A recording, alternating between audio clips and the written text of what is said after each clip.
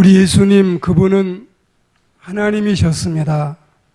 그리고 천지창조도 온갖 세상의 삼라만상도 그분이 지으셨습니다. 그런데 그 하나님이 무슨 하실 일이 있어서 사람이 되셔서 이 땅에 오신 것입니다. 그가 이 땅에 계신 기간, 사람으로 인생으로 계신 기간은 33년이었습니다. 그분이 오실 때 우리 한국의 역사는 시대상으로 보면 삼국시대였는데 신라 박혁거의 치정 54년이었고 고구려 2대 왕인 유리왕 16년, 그리고 백제는 건국왕인 온조왕 15년에 해당되는 그때였습니다. 예수님은 갈라디아 4장 4절 말씀처럼 때가 차서 당신이 오실 때가 돼서 이 땅에 어린 아기로 오신 것입니다. 그래서 오늘은 성탄의 계절이지만 오늘 본문 누가복음 12장 49절 말씀을 중심으로 과연 예수님은 무슨 목적을 가지고 오셨을까? 예수님은 불을 지피러, 불을 던지러, 불을 가지고 세상에 오셨다. 이 말씀을 듣겠는데 과연 예수님은 무슨 불을 가지고 오셨을까요?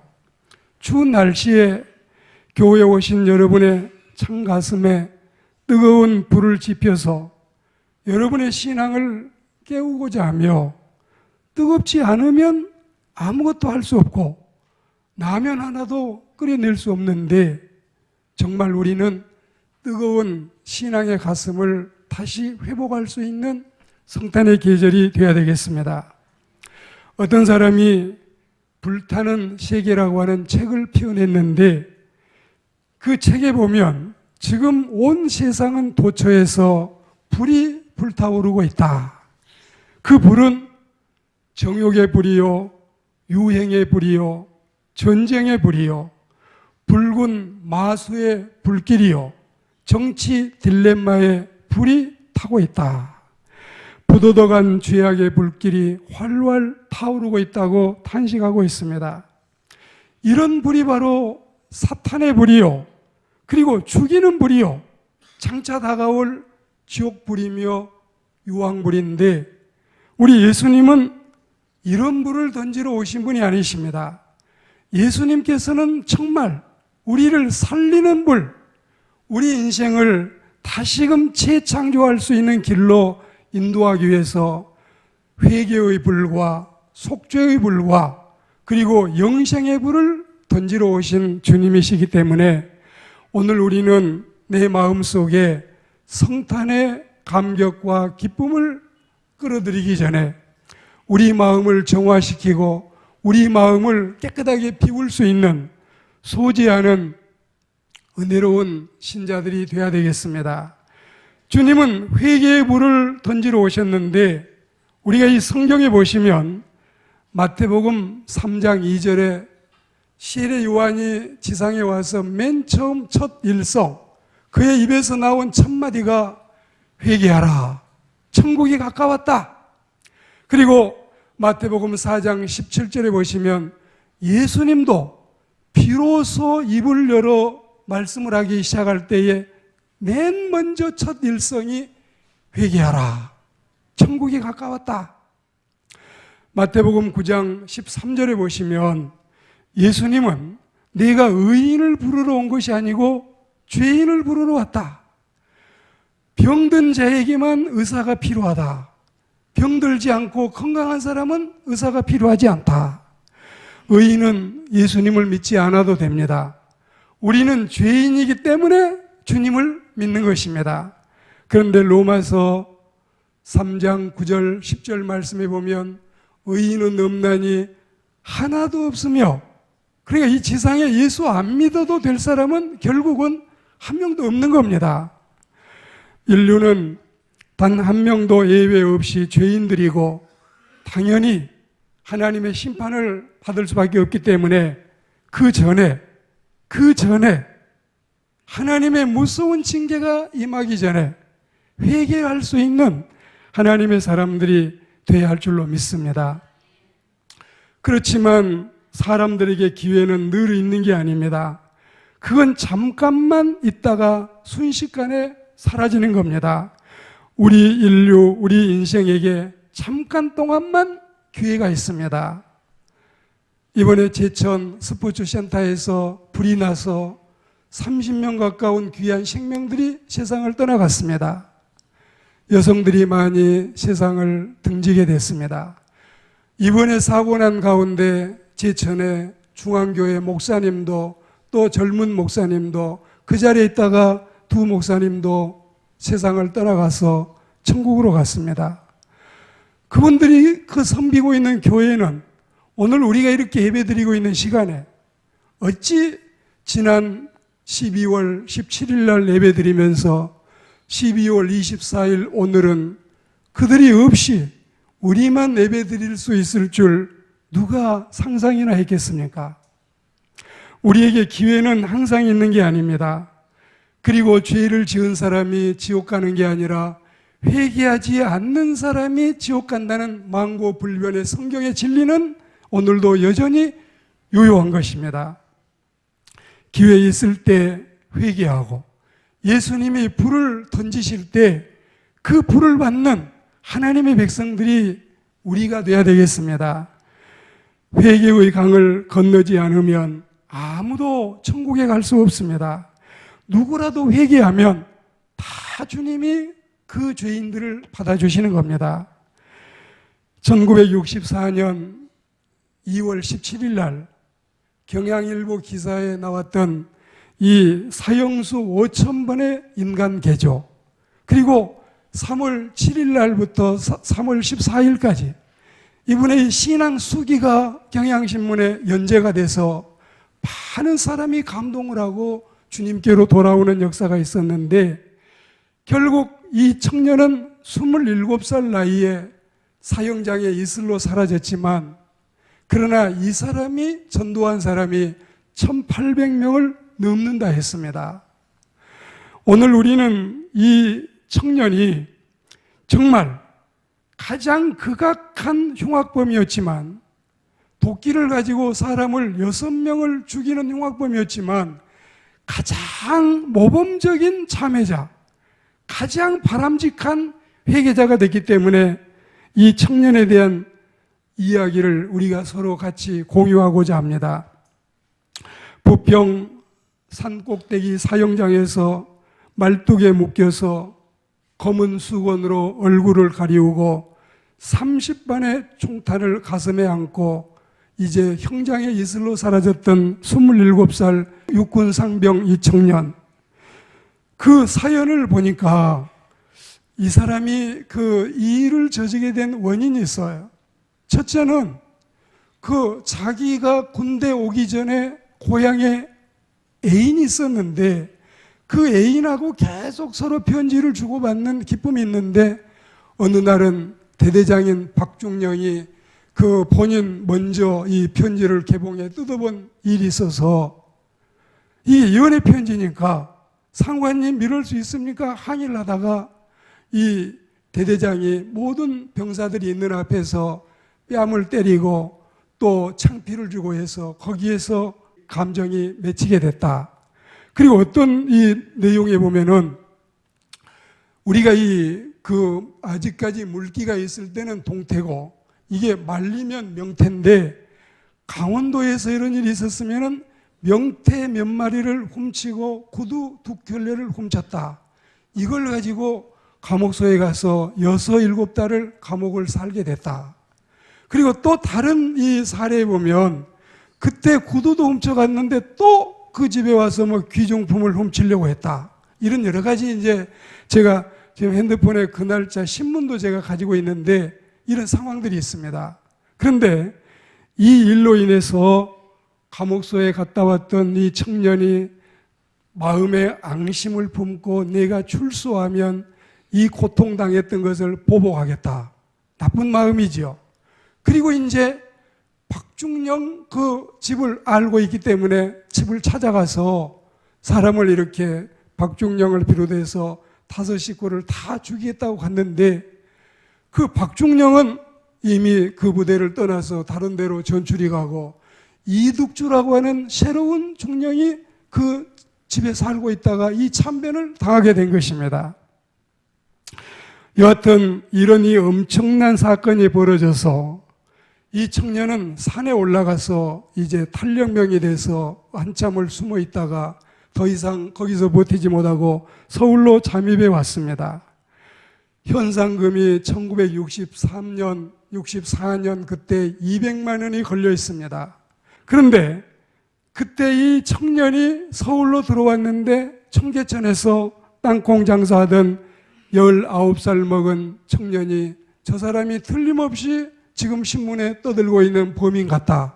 그래서 이 파출소에다가 신고를 했는데 아니나 다를까 그가 바로 그였던 것입니다.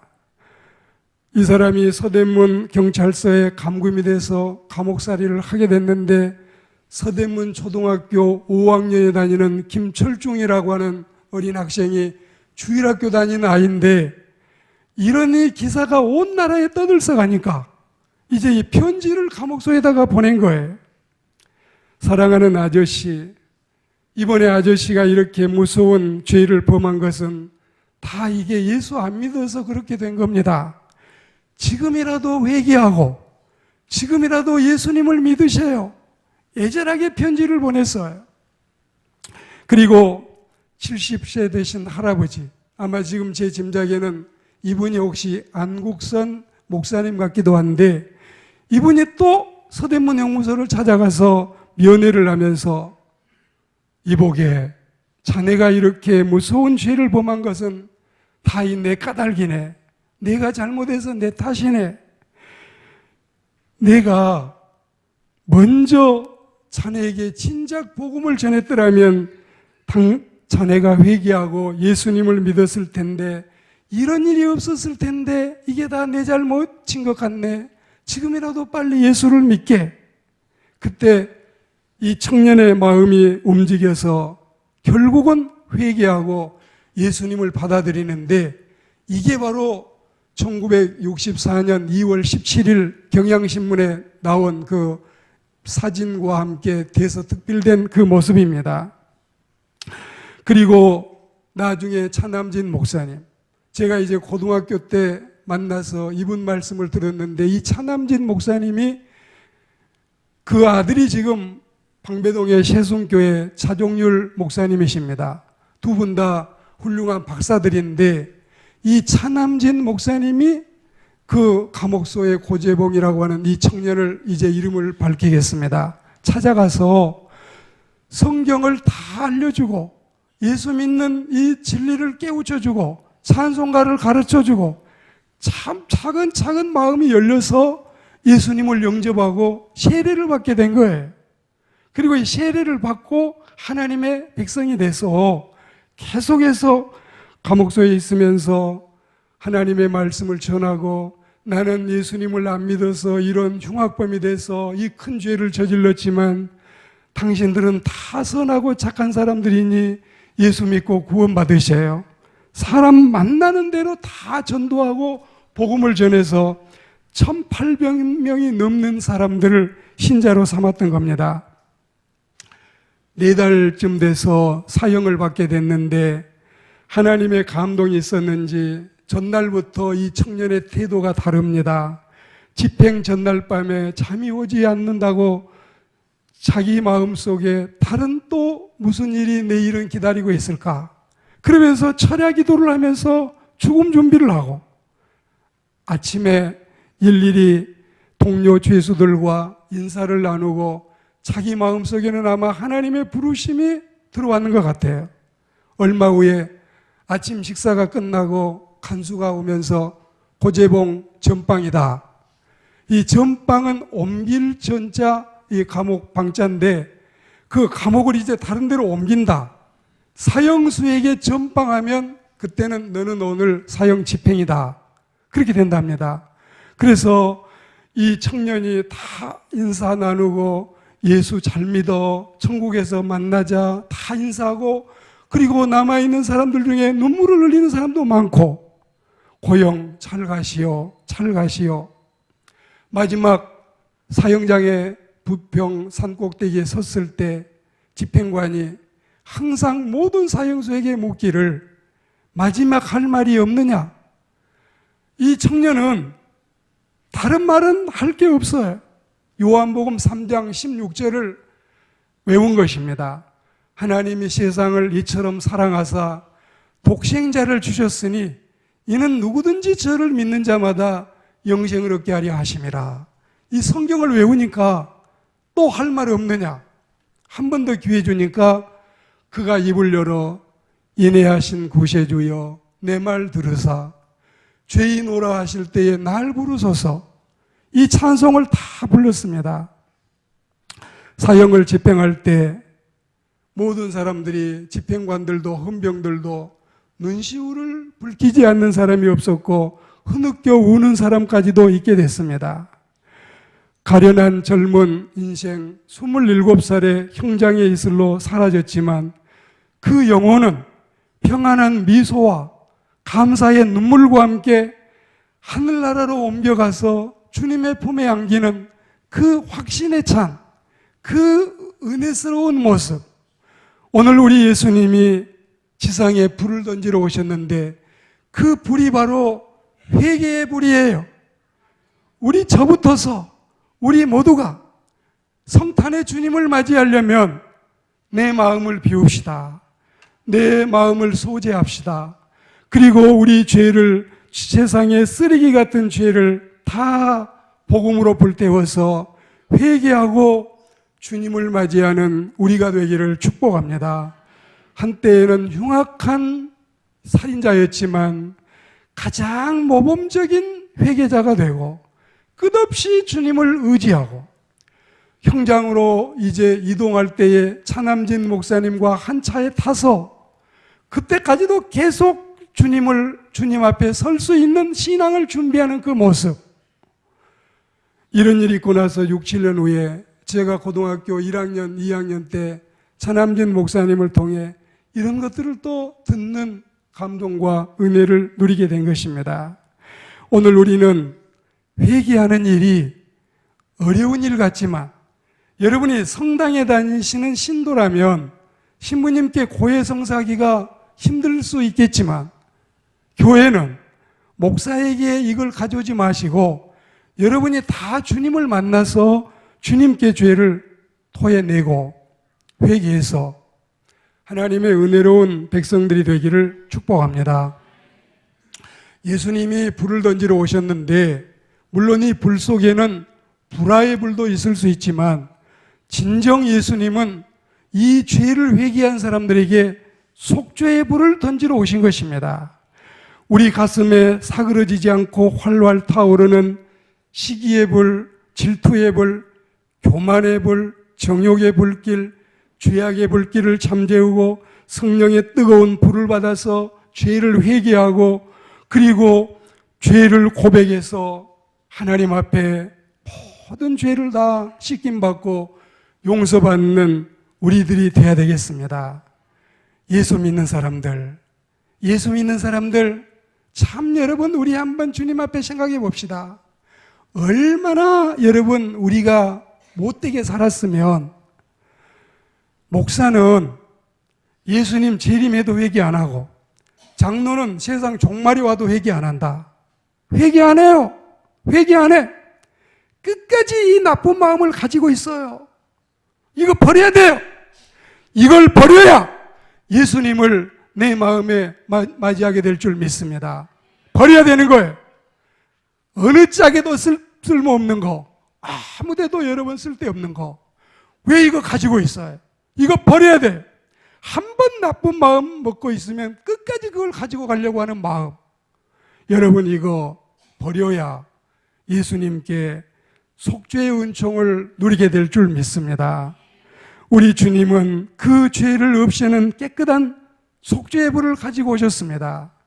집사님하고 권사님하고 한 교회에서 싸워서 35년 될 때까지 화해하지 않고, 그런 여러분 교회 역사의 자료들이 얼마나 많이 있는데 40년 동안 회개하지 않는, 그리고 그 마음에 어찌 속죄의 기쁨이 올 수 있겠습니까? 우리에게는 이 불이 필요합니다. 할렐루야. 저는 아무도 탓하고 싶지 않아요. 저를 탓하고 싶어요. 저를 아무에게도 겨누고 싶지 않고 제 가슴에 하나님의 말씀을 심고 싶어요. 우리 모두는 성탄절을 기쁨으로 맞이하려면 속죄의 은총을 누리는 역사가 있기를 축복합니다. 이 불이 필요해요. 예수님의 피가 필요해요. 정말 우리가 다시 한번 신앙을 재점검해 봅시다. 다시 한번 하나님을 믿는 자답게 믿을 수 있는 신실한 그리스도인들이 되기를 주의 이름으로 축복합니다. 오늘날 이 시대는 핵전쟁의 시대라고 합니다. 어느 나라가 불을 더 많이 가지고 있느냐? 과연 누구의 불이 더 세냐? 김정은의 불이 세냐? 트럼프의 불이 더 세냐? 지금 불장난하고 있는 거예요. 어느 누가 더 많은 불을 가지고 있느냐? 누가 더 센 불을 가지고 있느냐? 정녕 이 모든 핵탄의 불이 온 세상을 수백 번, 수천 번을 태울 수 있다 손치더라도 우리 영혼의 죄악의 불은 예수님의 피 외에는, 예수님이 가져오신 불 외에는 태우지도 못하고 씻지도 못함을 믿습니다. 인류의 죄악은 사르지 못합니다. 우리에게는 예수님의 처방밖에는 달리 우리를 고쳐낼, 우리 죄를 씻어낼 방법이 없습니다. 신구약 두 첩의 처방을 따라서 제조된 특효약 예수 그리스도의 피밖에는 우리의 죄를 사할 다른 묘약이 없음을 믿습니다. 이 속죄를 이루기 위해서 예수님이 이 땅에 오신 것입니다. 다시 히브리서 6장 6절 말씀처럼 우리가 다시 주님을 십자가에 꼭 못 박아야 되겠습니까? 다시 주님을 재차 못 박아야 되겠어요. 우리 마음속에 예수님을 맞이해서 예수님의 불을 받아서 이제 우리는 속죄의 기쁨을 누리게 되기를 축복합니다. 예수님의 속죄는 첫째 완전한 속죄요, 두 번째는 끝없는 속죄요, 세 번째는 무한정의 속죄인 것입니다.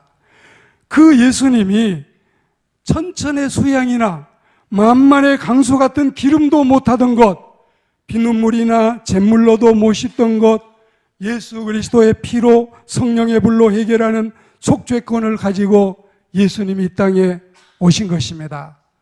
노엘, N-O-E-L, 노엘. 이게 Now all is well. 이게 준말이라 했는데 이제는 메시아가 오셨으니, 속죄주가 오셨으니 만사가 태평하다. 이제는 모든 게 다 좋다. 다 좋다. 이 좋음과 이 태평을 누리려면 속죄의 기쁨, 사죄의 은총을 누리는 우리가 되어야 할 줄로 믿습니다. 디모데전서 2장 6절에 주님이 보석금을 가지고 오셨어요. 우리를 석방시키려고. 그리고 마태복음 20장 28절에 보시면 우리에게 대속물로 우리를 살려고 주님이 오신 거예요. 까닭없이 미워하는 사울을 한없이 용서해 주던 다윗처럼, 이유 없이 미워하던 형들을 무한정으로 눈물로 용서하던 요셉처럼, 여러분 우리 마음속에 예수님의 심장, 예수님의 마음을 가지고 사시게 되기를 축복합니다.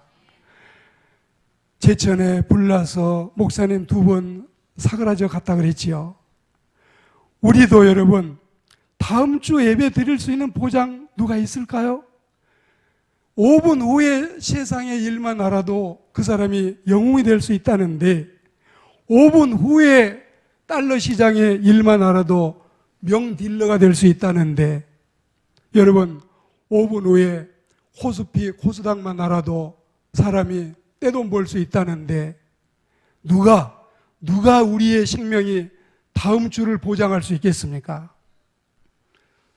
1976년 어머님께서 예배하시던 그 교회에서 장례식도 다 끝나고 제가 그 교회 예배에 참석했을 때 하나님께 예배하면서 그 생각이 들대요.